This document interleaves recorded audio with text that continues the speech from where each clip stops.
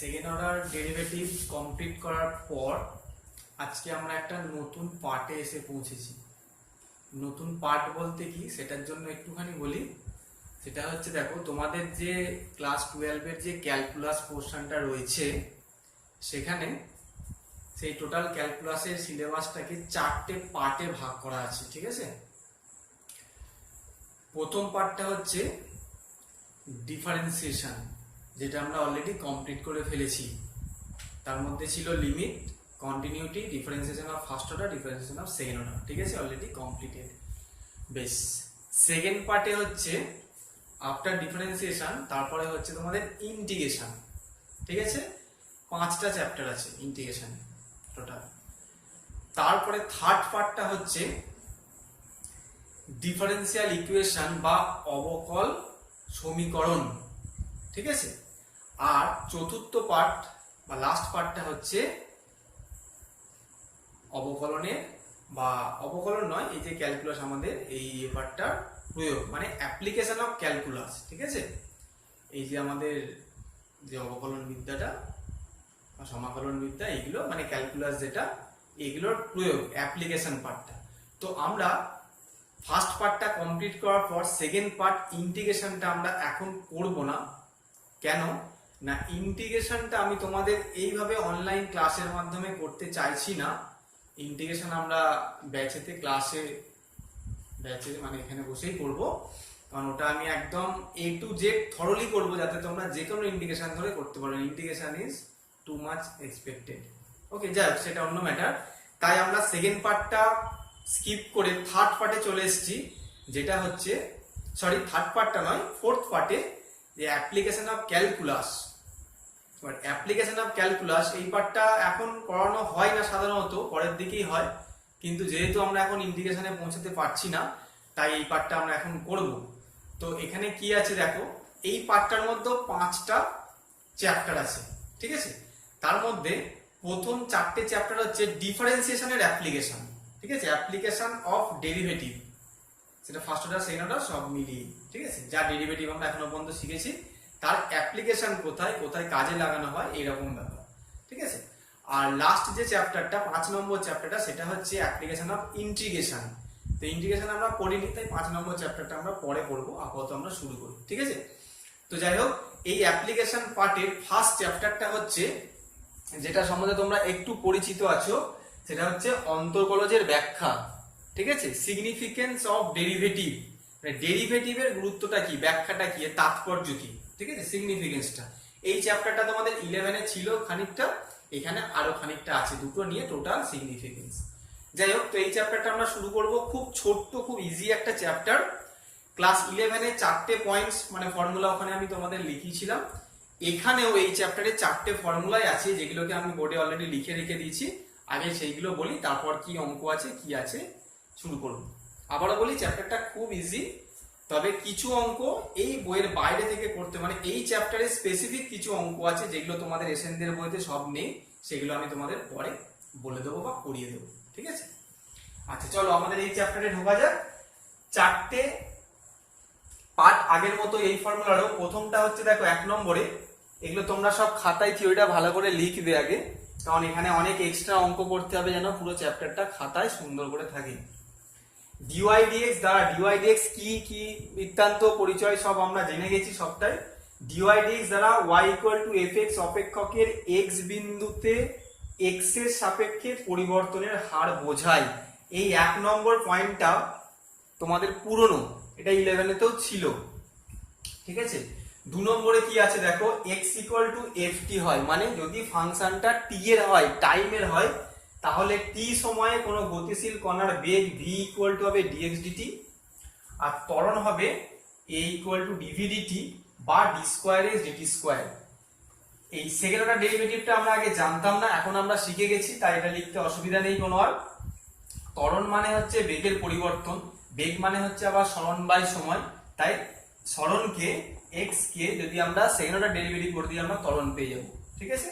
এটা একটা অ্যাপ্লিকেশন, তোমরা অলরেডি এটা ফিজিক্সে পড়ে নিয়েছো। আচ্ছা, 3 নম্বরটা হচ্ছে, এই পার্টটা খুব ইম্পর্টেন্ট, ঠিক আছে। আমি প্রথমে শুরুতেই বলছি, এই পার্টটা খুব ইম্পর্টেন্ট। কেন না, দেখো এখানে কি আছে আগে বলে দিই, এক্স এর অবকল, ঠিক আছে, এটা একটু মাথায় রাখবে। এক্স এর অবকল আমি পাশে নিয়ে ইংলিশ টার্মটা লিখে দিয়েছি, ডিফারেন্সিয়াল, ডিফারেন্সিয়েশন নয়, ডেরিভেটিভ নয়, ঠিক আছে, ডিফারেন্সিয়াল, সেটা হচ্ছে ডিএক্স, অনলি ডিএক্স, শুধু ডি হচ্ছে ডিফারেন্সিয়াল, ঠিক আছে। আর ওয়াই এর অবকল একই রকম ভাবে হচ্ছে ডিওয়াই। তাহলে আমরা তো জানি যে d y d x equal to f dash x, এটা আমরা 11তেই শিখেছিলাম আগে। তাহলে এইখান থেকে দেখো আমরা কি করছি, এই ব্যাপারটা হলো যে যখন ডেরিভেটিভ শেখানো হয় তখন বলা হয় যে ডেরিভেটিভটা এই ডিওয়াই ডিএক্সটা কিন্তু অ্যাকচুয়ালি একটা অপারেটর কি ডিডিএক্স ওয়াই এর নেওয়া হয়। এই ওয়াই এর জায়গায় অন্য অনেক কিছু থাকতে পারে, ঠিক আছে। ডিডিএক্সটা হচ্ছে একটা অপারেটর যেটাকে ডিফারেন্সিয়াল অপারেটর বলা হয়, ক্যাপিটাল ডি দিয়ে এক্সপ্রেস করা হয়।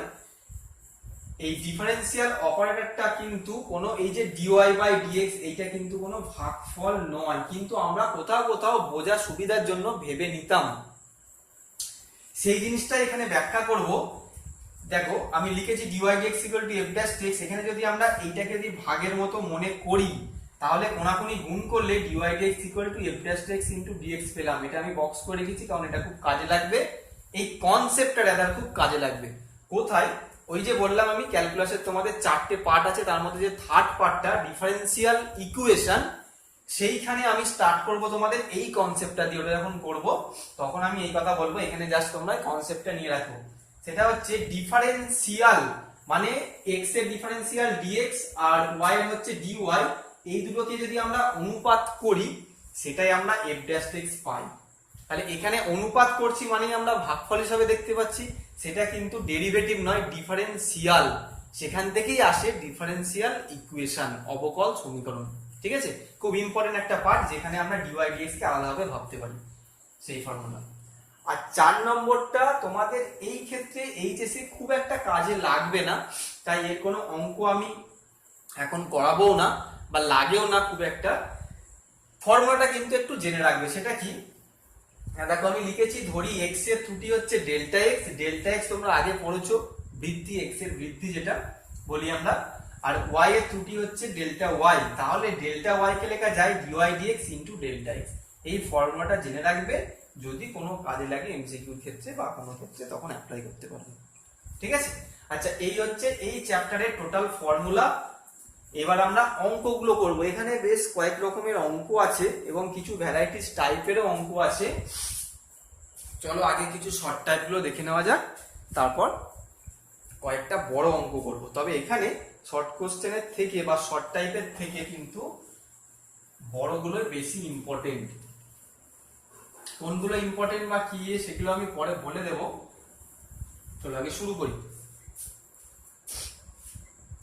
আচ্ছা, 13 নম্বর অধ্যায়, এটা অনুশীলনী 13 এক্সারসাইজ 13 এর আমরা অতি সংক্ষিপ্ত একের একটা অঙ্ক দেখাই। কি বার করতে বলেছে, অবকল নির্ণয় করতে। দেখো পাশে লেখা আছে ডিফারেন্সিয়াল। আমি যে কোনো একটা ফাংশন নিই, ধরো 3-এরটা, y equal to sine root x, sine of root x. তাহলে এর ডিফারেন্সিয়াল হচ্ছে, এখানে কিছু লিখবে না কারণ আমরা ডেরিভেটিভ করছি না, তাই কার রেসপেক্টে সেটা করব না। dy, অতএব দিতে পারো, অতএব dy ইকুয়াল টু এইটার derivative cos of root x into root x এর ডেরিভেটিভ করলে 1/2 root x into dx। এই ঠিক আছে, এটাই হচ্ছে ডিফারেন্সিয়াল। y একটা ফাংশন দেওয়া ছিল, তার থেকে আমরা dy বার করলাম, সোজা কথা। এটাকে একটু সাজিয়ে লিখে দিতে পারো যে 1/2 root x cos of root x into dx, ঠিক আছে। ডিফারেন্সিয়াল বলে y কে করলে dy, x কে করলে dx রয়ে গেল, ঠিক আছে। আচ্ছা, এরপর আরেকটা ইম্পর্টেন্ট অঙ্ক, সেটা হচ্ছে 4-এরটা। এগুলো তোমরা করবে দুই একটা, আমি জাস্ট একটা দেখালাম, এক্সাম্পলও করা আছে, দেখলেই বুঝতে পেরে যাবে। দেখো 4-এর অঙ্কটা দেওয়া আছে x ইকুয়াল টু 2 এবং x ইকুয়াল টু 5 এর মধ্যে y equal to x square অপেক্ষকের দুটো পার্ট দেওয়া আছে, একটা হচ্ছে গড় পরিবর্তনের হার আর একটা হচ্ছে শুধু পরিবর্তনের হার। আমি অঙ্কটা করতে গিয়ে দুটোর মধ্যে তফাৎ বা কি এটা লিখে দিচ্ছি। দেখো ফাংশনটা শুধু y দেওয়া আছে, কিন্তু আমাদের fx লাগবে। ধরি y equal two fx equal to x square. হ্যাঁ, x square. y equal two দেওয়া ছিল, আমি fx টাকেও ধরে নিলাম, ঠিক আছে। আচ্ছা, ডেল্টা x আর ডেল্টা y কোন কোন বিন্দুতে বলেছে x ইকুয়াল টু 2 আর x ইকুয়াল টু 5, এই দুটো বিন্দুর মধ্যে পরিবর্তনটা চেয়েছে, ঠিক আছে। দেখো, ডেল্টা x মানে হচ্ছে x এর বৃদ্ধি। দেখেই বুঝতে পারছো, x 2 থেকে 5 হয়েছে, তাহলে বৃদ্ধি কত হয়েছে? 5 মাইনাস 2 ইকুয়াল টু 3, ঠিক আছে। এইবার ডেল্টা y বার করব। ডেল্টা y মানে হচ্ছে y এর বৃদ্ধি, তো y এর বৃদ্ধি মানে সেটা fx, তাহলে f5 মাইনাস f2। এগুলো 11 এর জিনিস, কিন্তু পুরনো। f5 মানে হচ্ছে 25 মাইনাস f2 মানে হচ্ছে 4 মানে 21। এটা হলো ডেল্টা y। এইবার যে দুটো কোশ্চেন তোমার চেয়েছে, প্রথম পার্টটায় গড় পরিবর্তনের হার, গড় পরিবর্তনের হার ইকুয়াল টু, এইটার ফর্মুলা হলো delta y by delta x। এটাও 11 এ ছিল, তবু একবার মনে করালাম। 21 বাই ডেল্টা x হচ্ছে 3 কার্লি 7, ঠিক আছে। এর পরের পার্টটাই বলেছে x ইকুয়াল টু 2 এ তার পরিবর্তনের হার। পরিবর্তনের হার মানে দেখো, 1 নম্বর ফর্মুলার যে 1 নম্বর পয়েন্টটা থিওরি, সেখানে লেখা ছিল dy dx দ্বারা পরিবর্তনের হার বোঝায়।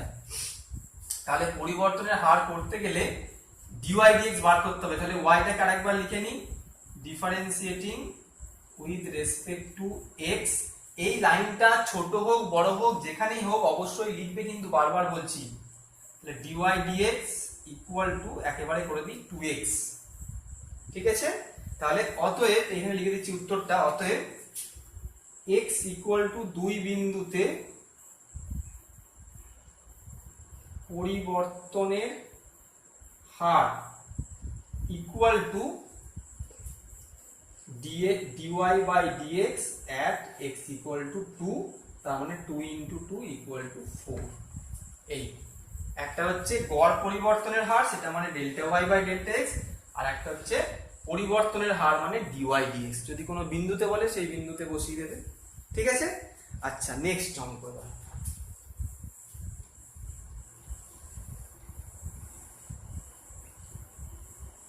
এখন যে অঙ্কটা করব, এটা একটা টাইপের অঙ্ক, যেটা থেকে তোমরা বেশ কিছু অঙ্ক করে নিতে পারবে। সেটা হচ্ছে, আমি 8 এর অঙ্কটা করছি। তাপ প্রয়োগের ফলে একটি বৃত্তাকার ধাতব পাতের ব্যাসার্ধ প্রতি সেকেন্ডে 0.002 সেন্টিমিটার বৃদ্ধি পায়। ব্যাসার্ধটা প্রতি সেকেন্ডে কত সেন্টিমিটার বৃদ্ধি পায়? যখন ব্যাসার্ধ 14 সেমি, তখন পাতের ক্ষেত্রফল কি হারে বৃদ্ধি পাবে? ঠিক আছে, ভালো করে বুঝে নাও একটা অঙ্ক। এটা হচ্ছে 8 এরটা। ব্যাসার্ধটাকে আমরা ধরে নিচ্ছি, ধরি বৃত্তাকার ধাতব পাতের ব্যাসার্ধ আর সেমি। এককটা সেমিতে দেওয়া আছে, তাই আমি সেমি লিখলাম। আচ্ছা, তাহলে আমাদের প্রদত্ত কি? ব্যাসার্ধ বৃদ্ধি পাচ্ছে। তাহলে প্রদত্ত, এটা প্রদত্ত না লিখে অতএব দিয়েও লেখা যায়। প্রতি সেকেন্ডে মানে টাইমের রেসপেক্টে, সরি dx লিখলাম, dr হবে ব্যাসার্ধটা, dr by dt। Actually by বলা হয় না, আমরা বলে ফেলি, এরকম অভ্যাস হয়ে যাবে। dr dt বলা হয়। dr dt equal to 0.002, 0.002। এখানে এককটা দিতে পারো, অসুবিধা নেই, সেন্টিমিটার পার সেকেন্ড একক দেওয়া যায়, না দিলেও হয়। আচ্ছা, আমাদের বার করতে দিয়েছে কি, যখন ব্যাসার্ধ 14 সেমি, তখন তার ক্ষেত্রফলটা কি হারে বৃদ্ধি পাবে। তাহলে পাতের ক্ষেত্রফল ক্যাপিটাল এ, ক্ষেত্রফলকে এ দিয়ে ধরবে, এগুলো মোটামুটি স্ট্যান্ডার্ড। ক্ষেত্রফল এ হলে এ ইকুয়াল টু রাশিমালা কি, বৃত্তাকার পাত মানে পাই আর স্কোয়ার, ঠিক আছে। এখন আমাদের বার করতে হবে ক্ষেত্রফল পরিবর্তনের হার মানে dA বাই dt। এখানে লিখে দিতে পারো differentiating with respect to t। তাহলে কি পাবো, পাই তো বেরিয়ে গেল বাইরে, 2r ইন্টু dr dt। ঠিক আছে, dr dt আমি দিতে ভুলে যাও না, কারণ t এর রেসপেক্টে করছি। আচ্ছা, তাহলে পাই মানে 22/7 বসালাম ইন্টু 2 ইন্টু, দেখো বলেছে যখন ব্যাসার্ধ 14 সেমি, তাহলে এখানে ব্যাসার্ধের জায়গায় 14 বসাও ইন্টু dr dt এই যে দেওয়া আছে 0.002। ঠিক আছে, আচ্ছা এটা কাটলাম 2 হলো, তাহলে 22 ইন্টু 4 88 ইন্টু 2/1000 মানে 8 দুগুণে 16 6 হাতে 1 16 একে 17 বাই 1000 ইকুয়াল টু 0.176। আচ্ছা, ক্ষেত্রফল মানে হচ্ছে সেন্টিমিটার স্কোয়ার পার সেকেন্ড। আচ্ছা, এইখানে আমরা এককটা দেব না, এখানে ডেরিভেটিভ করলাম তো এখানে এককটা দেব না, এখানে থাক, আমরা উত্তর লিখে দিই আরেকবার।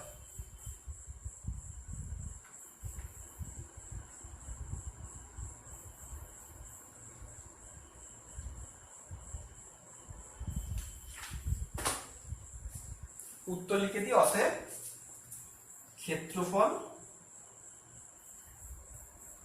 বৃদ্ধির হার 0.176 centimetre square per second. Square হচ্ছে মানে ক্ষেত্রফল আছে তাই। ঠিক আছে, আচ্ছা এইবার বাকিগুলো তোমরা করো এখান থেকে, আমি তারপর দেখবো। এখানে আরেকটা ভালো অঙ্ক আছে, কিন্তু ওটা আমি করে দিচ্ছি না, আশা করি পেরে যাবে করতে। ওটা খুব সহজ জিনিস, মাধ্যমিকে কয়েকটা ফর্মুলা লাগাতে পারলে হবে। সেটা হচ্ছে 11 অঙ্কটা করে নাও আগে, তারপর আমি দেখবো। আচ্ছা, এবার আমরা সংক্ষিপ্তই যাই। মার্কস 4-এরও বেসিক্যালি ওই কয়েকটা টাইপেরই অঙ্ক আছে, যেগুলো আমি এখন দেখালাম, ওই একই রকমের একটা অঙ্ক। তবে যে অঙ্কটা আমি এখন বেছেছি সেটা একটু আলাদা। 11টা কি আছে দেখো, একটি কণা y² = 8x অধিবৃত্ত বরাবর গতিশীল। অধিবৃত্তের উপরিস্থিত যে বিন্দুতে কণার ভুজ ও কোটি বৃদ্ধির হার সমান, সেই বিন্দু স্থানাঙ্ক নির্ণয় করি। আচ্ছা, সমীকরণটা হচ্ছে y² = 8x। হ্যাঁ, এবার বিন্দু স্থানাঙ্কটা ধরে নাও, ধরি বিন্দুটির স্থানাঙ্ক আলফা কমা বিটা। এটা তোমরা x1 y1 ধরতে পারো, আমার আলফা বিটা ধরে করলে সুবিধা মনে হয়, মানে xy এর ইরেসপেক্ট বলে সুবিধা হয় বলে ওই জন্য আলফা বিটা ধরলাম, সে যাই হোক। আচ্ছা, এইবার দেখো বলেছে শর্তটা হচ্ছে আমাদের x এর এই ভুজ ও কোটির বৃদ্ধির হার সমান। এইটা হচ্ছে ভুজ মানে হচ্ছে x আর কোটি মানে y। তাহলে এটাকে 1 নম্বর দিয়ে রাখি, বিন্দুটা পরে বসাবো। Differentiating 1 with respect to x। ঠিক আছে, এখান থেকে পাবো দেখো 2y dy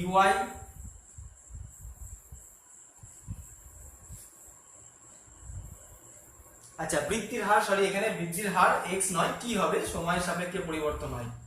dy dt equal to 8 into dx dt।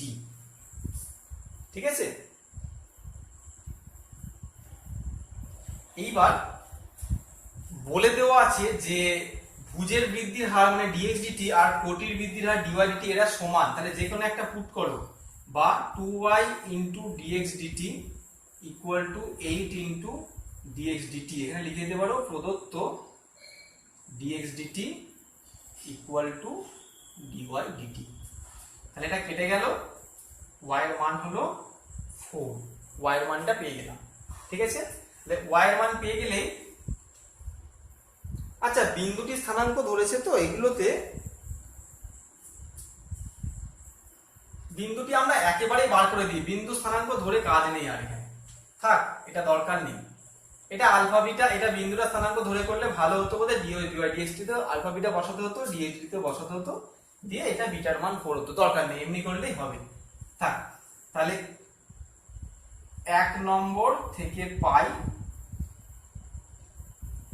y এর মানটা বসাই 16 ইকুয়াল টু 8x বা x ইকুয়াল টু 2।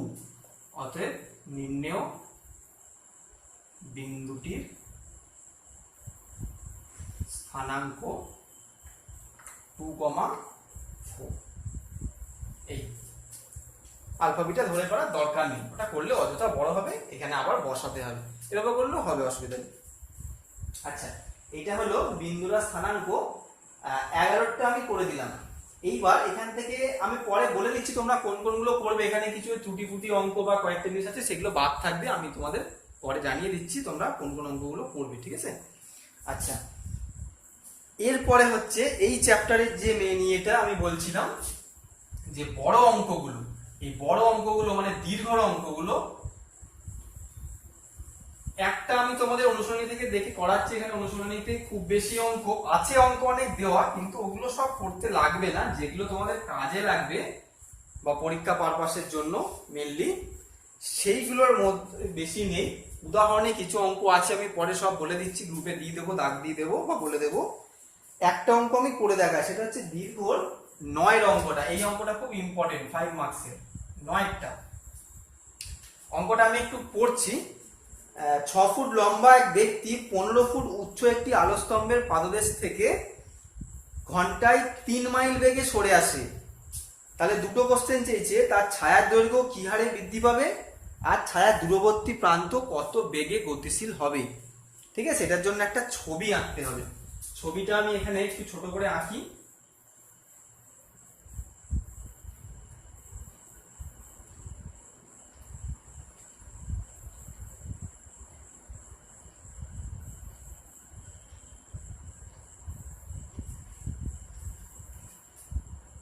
এইটা ধরো, আচ্ছা আমি আগে এঁকে দিই, তারপর আমি তো বুঝিয়ে দেবো, লিখতে হবে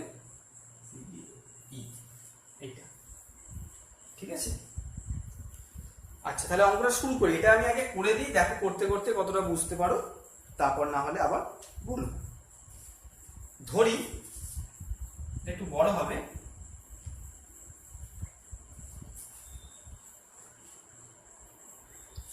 ধরি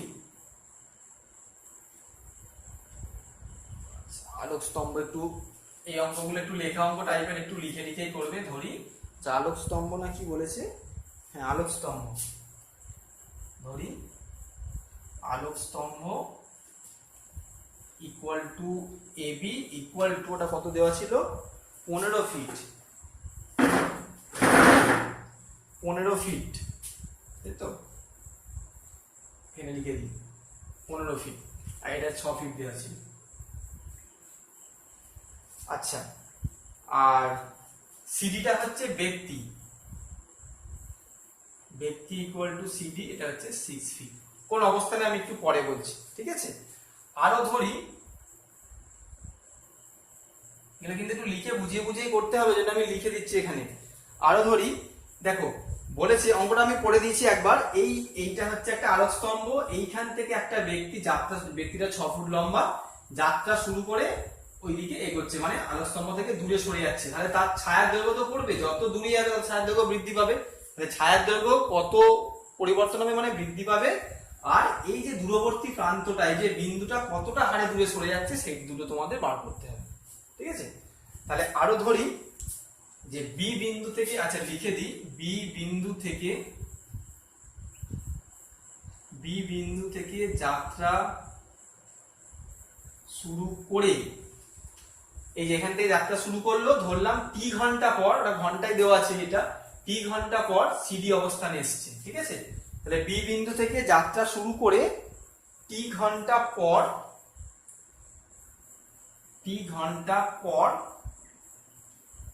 ওই ব্যক্তি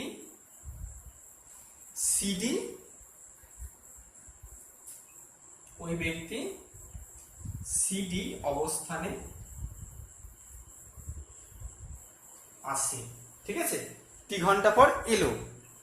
এবার আমরা খুব বেশি বড় করে লিখছি না, তাহলে এই অবস্থানে এলে ছায়ার দৈর্ঘ্যটা এখানে পড়ছে ই বিন্দুটা কোথা থেকে পাচ্ছি না, এসির বর্ধিতাংশ আর বিডির বর্ধিতাংশ, ঠিক আছে। এটা একবার লিখে দিই, বর্ধিত এসি ও বিডি পরস্পরকে ই বিন্দুতে ছেদ করে। ঠিক আছে, অতএব ছায়ার দৈর্ঘ্য ইকুয়াল টু বিই। এই যে এটা ছায়া, সেটাকে আমরা ধরে নিচ্ছি। আচ্ছা, এইটাকে ছায়ার দৈর্ঘ্য আর ছায়ার দৈর্ঘ্য ধরছি, পরে এইটাকে আগে লিখে দিই, তোমাদের বুঝতে সুবিধা হবে। কারণ প্রথমেরটা কি আমরা এক্স ধরলে উল্টে যাবে ডিওয়াই ডিএক্স। ঠিক আছে, ধরি বিডি ইকুয়াল টু এক্স, আর এইটাকে আমরা ওয়াই ধরে নিচ্ছি। কেন এইটাকে ওয়াই এটাকে এক্স ধরলাম না সেটা একটু পরে বুঝতে পারবে। আমাদের ডিওয়াই ডিএক্সটা উল্টে গেলে না আমাদের ইউজুয়ালি বুঝতে অসুবিধা হয়। যে ডিওয়াই ডিএক্স বলতে আমরা যা বুঝি ডিএক্স ডিওয়াই সেরকমই একটা জিনিস হতে পারে, এটা আমাদের বোঝাতে অসুবিধা হয়, তার জন্য একটু উল্টো করে ধরলাম। এখানে লিখে দিই এটা হচ্ছে এক্স আর এটা হচ্ছে ওয়াই। এইবার দেখো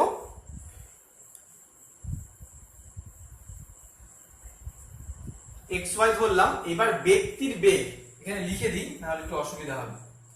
আচ্ছা, এইখানটায় লিখি, এটা অঙ্কটা আমি এখানে করবো, এটা কিন্তু এর পর পরে লিখবে তোমরা। হ্যাঁ, আমি এখানে লিখলাম ব্যক্তির বেগ। ব্যক্তির বেগ মানে হচ্ছে, দেখো এটা তো ব্যক্তি এগোচ্ছে, তার মানে ডিই। আচ্ছা, ডিই লিখছি না, একেবারে আমি রাশিমালা দিয়ে লিখে দিই ডিওয়াই। এই যে ওয়াই দূরত্ব ডিওয়াই বাই ডিটি, সেটা দেওয়া আছে কত, 3 মাইল বেগে সরে যাচ্ছে ঘন্টায়, 3 মাইল পার আওয়ার। এটা প্রদত্ত কিন্তু। ঠিক আছে, আচ্ছা এইবার দেখো এই যে দুটো ত্রিভুজ তৈরি হয়েছে এটার ছবিতে। এখন ত্রিভুজ, বড় ত্রিভুজটা হচ্ছে এ বিই ও ত্রিভুজ সিডিই সদিশু। এই কারণে আমি যাচ্ছি না, এটা তোমরা মাধ্যমিকে উপপাদ্যতে সবাই পড়েছো, জানো খুব ভালোভাবে, ফলে যাচ্ছি না। সদিশ হলে কি হবে, অতএব ভূমি বাই লম্ব করি আমি, যে কোনো একটা করলেই হবে, যেটা করবে দুটো ত্রিভুজেরই একই করতে হবে। BE by AB equal to, মাথায় বারগুলো দিলে ভালো হয়, ইকুয়াল টু ছোট ত্রিভুজের হবে ডিই বাই সিডি। ঠিক আছে, বা মান বসাও। দেখো বিই মানে হচ্ছে এক্স প্লাস ওয়াই, তাহলে এক্স প্লাস ওয়াই বাই এবিটা কত 15 ইকুয়াল টু ডিই হচ্ছে ওয়াই বাই সিডি হচ্ছে 6, কোনাকুনি গুণ করো, বা 6x plus 6y equal to 15y, বা 6x ইকুয়াল টু, এটা 6y হবে, dy লিখে ফেলেছিলাম, 6y ওদিকে নিয়ে গেলে 9y, বা y আমি একেবারে করে দিই, এখানে একটু জায়গাটা কম হয়ে গেল, y ইকুয়াল টু 9টার দিকে নামলো মানে 3 দিয়ে কাটলে 2 এর 3x। এটা আমরা রেখে দিই, কাজে লাগবে। ঠিক আছে, এইবার আচ্ছা এই জায়গাটাতেই করি একটু, আর মুছবো না বেশি, সব অঙ্কটা দেখলে তোমাদের বুঝতে সুবিধা হবে। 1 নম্বরে আসি, দুটো কোশ্চেন আছে ওখানে। 1 নম্বরে চেয়েছিল ছায়ার দৈর্ঘ্য কি হারে বৃদ্ধি পাবে। আচ্ছা দেখো আমরা এখানে ছায়ার দৈর্ঘ্য লিখেছি ডি, তার মানে ছায়ার দৈর্ঘ্য বৃদ্ধি মানে ডিওয়াই ডিটি। তাহলে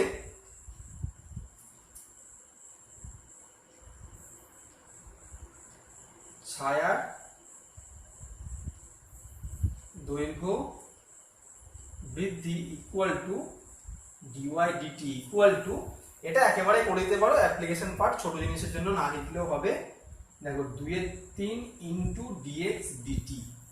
এই ডিএক্স ডিটি যেন বাদ না পড়ে যায়, আবার বললাম কারণ আমরা টি এর রেসপেক্টে ডেরিভেটিভ করছি। ঠিক আছে, তাহলে 2 এর 3 ইনটু 3 করতে কি পেলাম, এই যে ডিএক্স ডিটি লেখা আছে, ও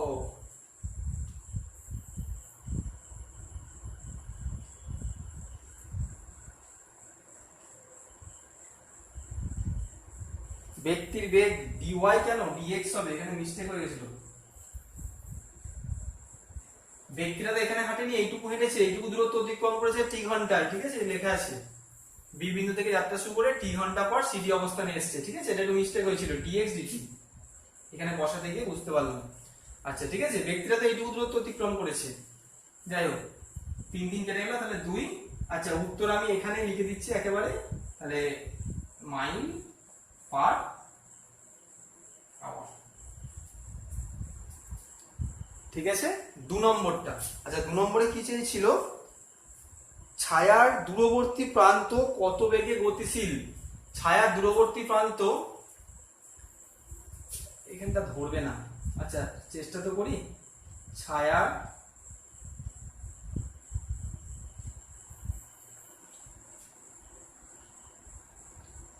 ঠিক আছে, অসুবিধা নেই, শর্টকাটে লিখি, ছায়ার দূরবর্তী প্রান্ত ইকুয়াল টু বিই।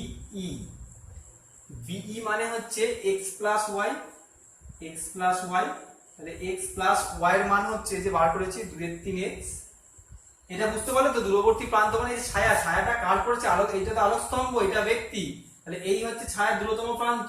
ছায়াটা তৈরি হয়েছে কোথা থেকে, এখান থেকে আলোক স্তম্ভ থেকে তো যাচ্ছে, তাই এটা হচ্ছে দূরবর্তী প্রান্ত মানে বিই।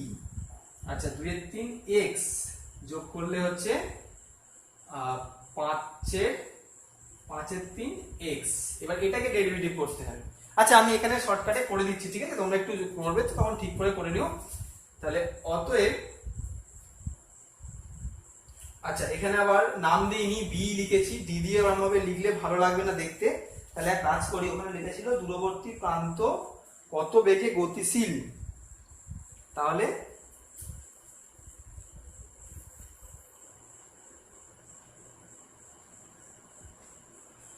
দূরবর্তী প্রান্তে গতিবেগ ইকুয়াল টু, এইটাকে আমরা ডেরিভেটিভ করে দেবো, এটা একেবারে লিখে দিচ্ছি ডেরিভেটিভটা করে, 5/3 dx বাই dt। এটার জন্য আবার লিখতে হলো, ঠিক আছে, কারণ এটাকে যদি আমরা জেড টেড কিছু ধরে নিতাম তাহলে dz dt লিখতাম।